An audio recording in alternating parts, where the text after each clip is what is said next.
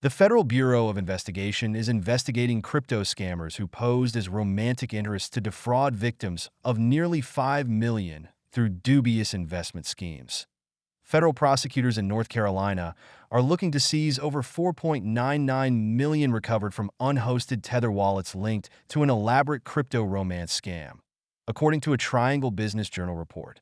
The funds were seized through a search warrant executed in August and are now held by the U.S. Marshal Service. Romance scams, commonly called pig butchering scams, involve fraudsters posing as potential love interests to build trust with victims. Once the victims are deceived into making fake cryptocurrency investments, the scammers vanish without a trace.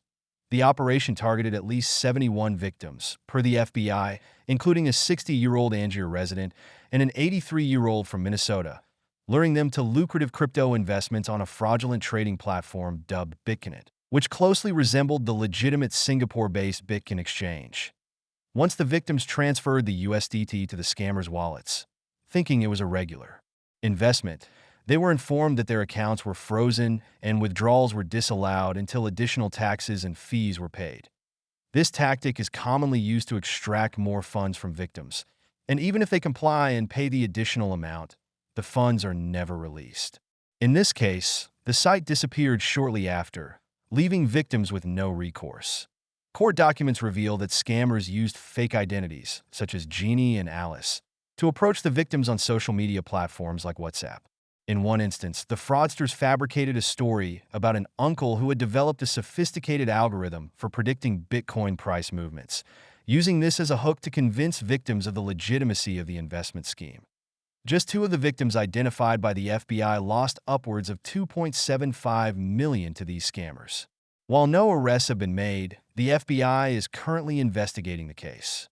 Over the past years, the Bureau has repeatedly warned about the growing prevalence of such scams, which increasingly target older adults.